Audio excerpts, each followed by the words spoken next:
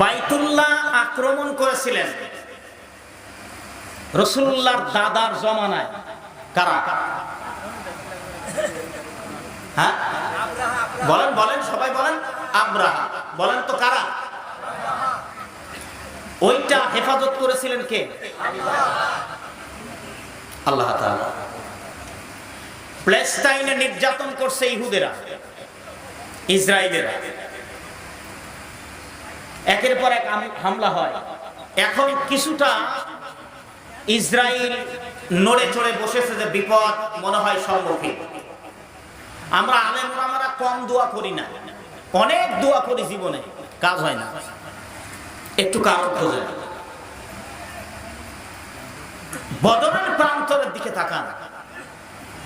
বদরের প্রান্তরে রাসূলুল্লাহ যদি মসজিদে নববীতে বসে দোয়া করতেন, তার দোয়ার পাওয়ার কম না বেশি? তিনি কি মসজিদে নববীতে বসে দোয়া করেছিলেন না বদরের মাঠে? সবাই বলেন। আওয়াজ না দিলে হবে না ভাই, সবাই বলেন। তিনি তো পারতেন যে আমি মসজিদে নববীতে বসে দোয়া করি, সাহাবীদেরকে নিয়ে যে আল্লাহ তুমি শেফা দিয়ে ওখানে বিপ্লব দাও, বিজয় দাও। তা করেননি, বরং সাহাবীদেরকে উদ্বুদ্ধ করেছেন। জীবনের প্রথম সংগ্রাম, জীবনের প্রথম রাসূলুল্লাহ তাদেরকে নিয়ে ময়দানে যাচ্ছেন। এই প্রথম ময়দানে সাহাবীরা কেউ পিতার বিরুদ্ধে, কেউ চাচার বিরুদ্ধে, কেউ সন্তানের বিরুদ্ধে, কেউ ভাইয়ের বিরুদ্ধে। এটা সাধারণ বিষয় না। অস্ত্র ধরছে, সামনে পিতা পড়লে কল্লা উড়ায় দেওয়া লাগবে, ছেলে সামনে মাথা নাই করে দিতে হবে। আর আমরা এখনো আত্মীয়করণ করতেছি যে আমার বিয়ার চাচাতোবার, খালাতোবার, ফুফাতোবার দেব। এই কথা বলেন না? আমার এখনো আত্মীয়করণ করেন। রাসূলুল্লাহ বললেন, পিতার মাথা যদি চেহারা নজরে পড়ে ঈমানের দাবিতে কল্লা উড়ায় দাও। তোমার সন্তান সামনে এসেছে, ঈমানের দাবিতে মাথা আলাদা করে ইসলামের ঝান্ডা আকাশের দিকে পাক পাক করে উড়াতে হবে। মুসলমান আত্মীয়করণ করার কোন সময় নাই। কথা বলেন ঠিক কিনা?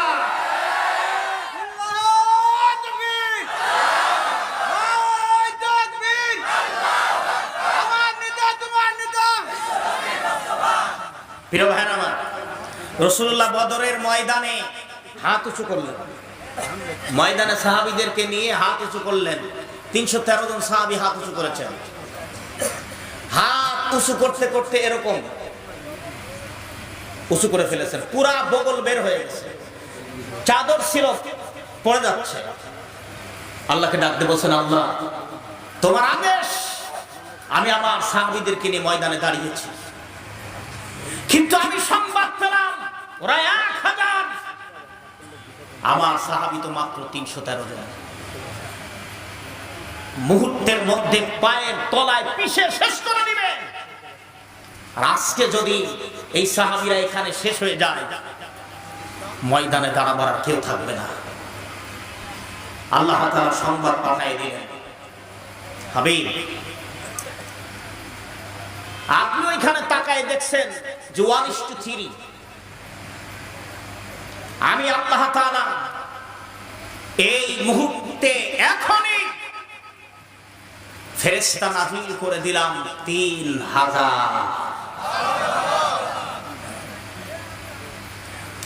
আল্লাহ ওটা মাইনাস করে দিলেন। মুহূর্তের মধ্যে আল্লাহ তাআলা সুসংবাদ শোনায় দিলেন, হাবিব ৩ নয় ৫,০০০। এত আসতে বললে হবে? বালা ইন তাসবিরু ওয়া তাত্তাকু ওয়া ইয়াতুকুম মিন ফাওরিহিম হাযা ইউদিদুকুম রাব্বুকুম বিখামসাতি আলাফিম মিনাল মালাইকাতি মুসাওwimin। আল্লাহু আকবার। অশ্বরোহী ফেরেশতা, খালি হাত না, তাও সুবহানাল্লাহ বলতে পারলেন না। কে পাঠালেন? এখন কাফেরেরা বেশি না মুসলমানদের সংখ্যা বেড়ে গেল? আবু বকর রাদিয়াল্লাহু তাআলা বলেন, ইয়া রাসূলুল্লাহ আমার বিশ্বাস আল্লাহ তাআলা আপনার দোয়া মঞ্জুর করছেন, আপনি হাত নামান। রাসূলুল্লাহ মিষ্টি হাসি দিলেন। সাহাবীরা তাকায় দেখলেন আল্লাহর রাসূল এত সংকটময় মুহূর্তে মিষ্টি হাসি দিয়েছেন। এর দ্বারা প্রমাণিত হয় একটি বিপ্লব আসবেই, এতে কোনো সন্দেহ নাই। জোরে বলেন আল্লাহু আকবার। বদরের ময়দানে মুসলমানদের বিজয় হয়েছিল কিনা? সবাই না বললে হবে না, জোরে বলেন হয়েছিল কিনা? ময়দানে বিজয় ছিনিয়ে নিয়ে ওই বদরের প্রান্তরে কয়জন সাহাবী শাহাদা বরণ করেছিলেন? না না না, 14 জন। কয়জন? কথা বলেন না, কয়জন?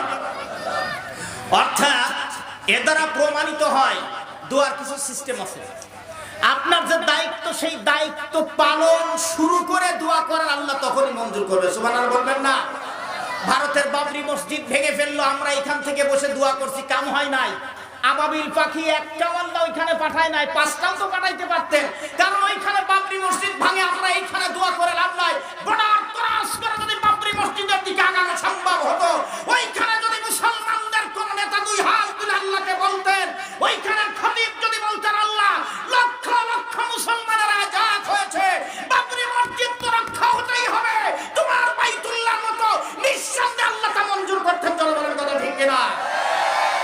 16 বছরের ফ্যাসিস্ট তাড়ানোর জন্য সমস্ত রাজনৈতিক দল হিমশিম খেয়ে যখন বাংলার জমিনে কোনো কাজ করতে পারে নাই, আমার ছাত্র সমাজ ঐক্যবদ্ধ হয়ে গোটা বাংলায় যখন তুমুল মিছিল বের করেছে, রাজপথ বন্ধ করে দিয়েছে, আল্লাহ তাআলা 5 তারিখে ফ্যাসিস্টের বিদায় করবে।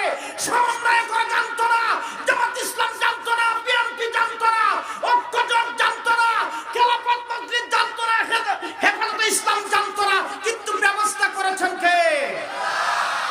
ফ্যাসিস্ট শেখ হাসিনা নিজেও জানতো না যে আজকে আমার খাবার রান্না করাটা ফেলে বাড়ি যাও। মামার বাড়ি দিয়েছে, খালি হাতে ব্যাগ নিতে পারে নাই, ফায়সালা দিলেন কে? কথা না বললে হবে না, জোরে বলেন কে?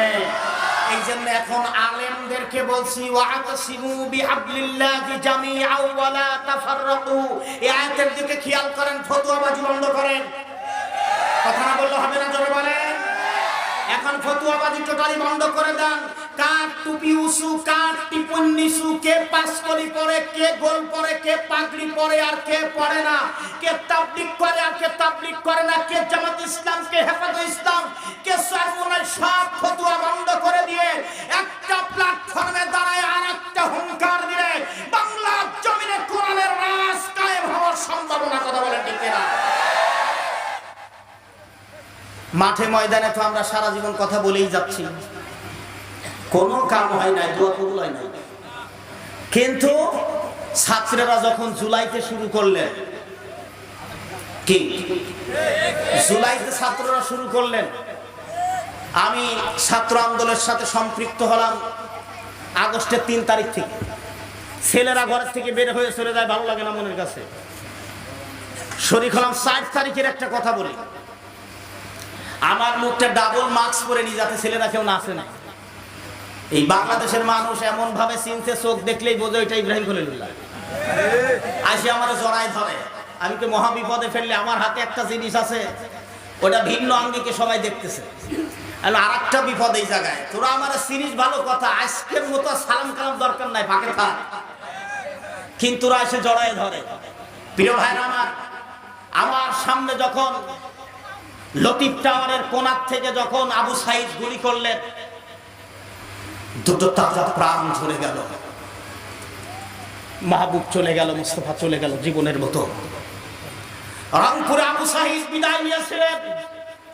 একটাকে কেন্দ্র করে বাংলাদেশের ছাত্র সমাজের মধ্যে অন্যতম এক ইমানি জজবা তৈরি হয়েছিল, হয় অধিকার আদায় করব, না হয় জীবন দিয়ে চলে যাব, এরপর ময়দান ছেড়ে দিতে রাজি না।